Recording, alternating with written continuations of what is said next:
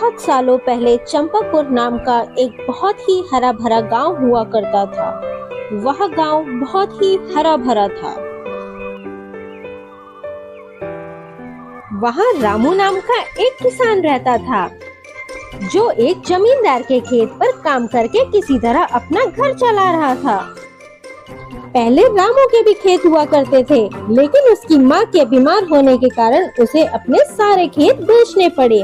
मजदूरी में मिलने वाले पैसों से माँ का इलाज कराना और घर का खर्च चलाना मुश्किल हो रहा था।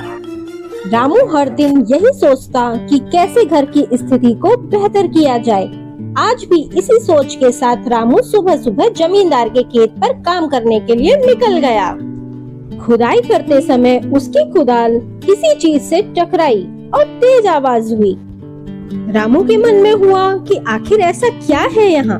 उसने तुरंत ही उस हिस्से को खोदा तो वहाँ एक बहुत बड़ा सा मिट्टी का पतीला निकला।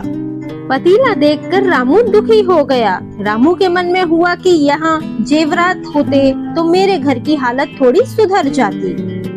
फिर रामू ने सोचा कि चलो अब खाना ही खा लेता हूँ।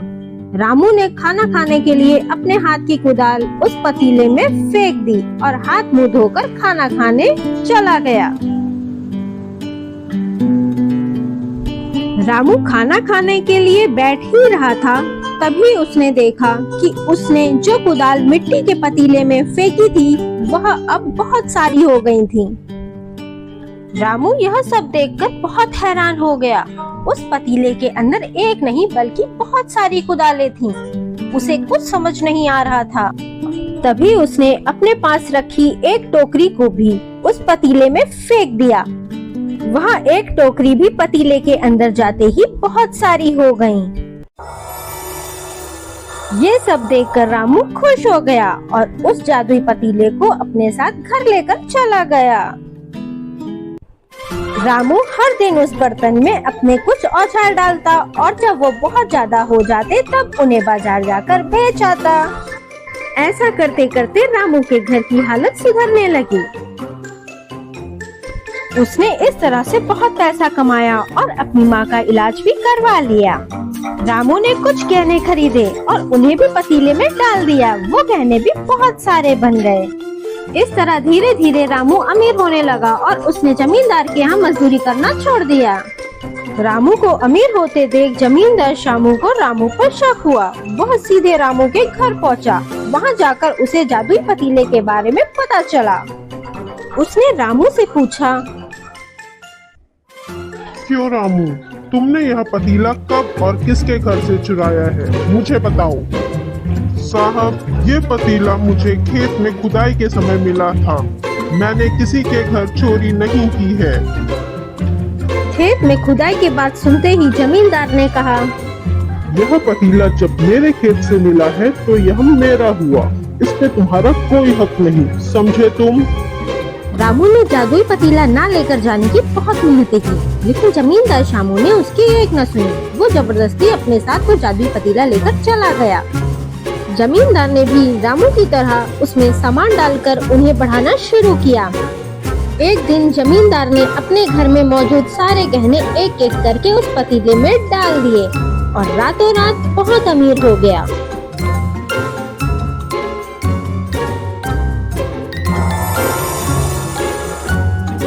उसने खुद के लिए बहुत बड़ा घर भी खरीद लिया।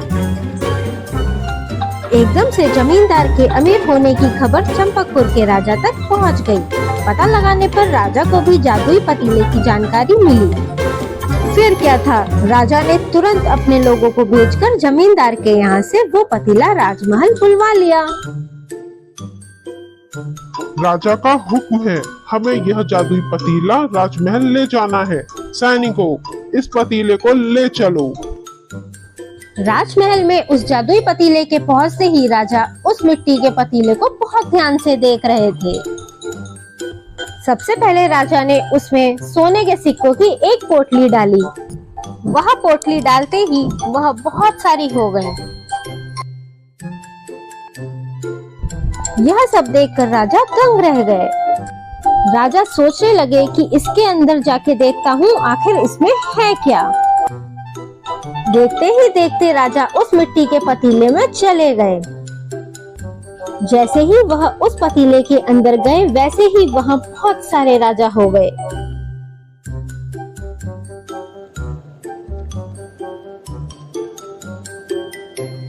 पतीले से निकला हर एक राजा बोला, मैं चंपकपुर का असली राजा हूँ। तुम्हें तो इस जादुई पतीले ने बनाया है। ऐसा कहकर सारे राजा आपस में लड़ने लगे और लड़कर मर गए और जादुई पतीला भी टूट गया। राजमहल की यह खबर आग की तरह पूरे नगर में फैल गई। इस बात की जानकारी मिलते ही मजदूर रामू और जमींदार शामू ने सोचा, अच्छा ही हुआ हमने इस जादुई पतीले का इस्तेमाल सही से किया। उस राजा ने तो अपनी मूर्खता के कारण अपनी जान ही खो दी। जादुई पतीले की कहानी से दो सीख मिलती हैं। पहली कि मूर्खता का अंत बुरा ही होता है। दूसरा यह कि हर सामान का इस्तेमाल संभल कर करना चाहिए। मेरी ये छोटी सी कहानी आप सभी को पसंद आई हो तो रोली टून्स को लाइक करें, सब्सक्राइब करें और नोटिफिकेशन के लिए बेल आइकन प्रेस करें। धन्यवाद।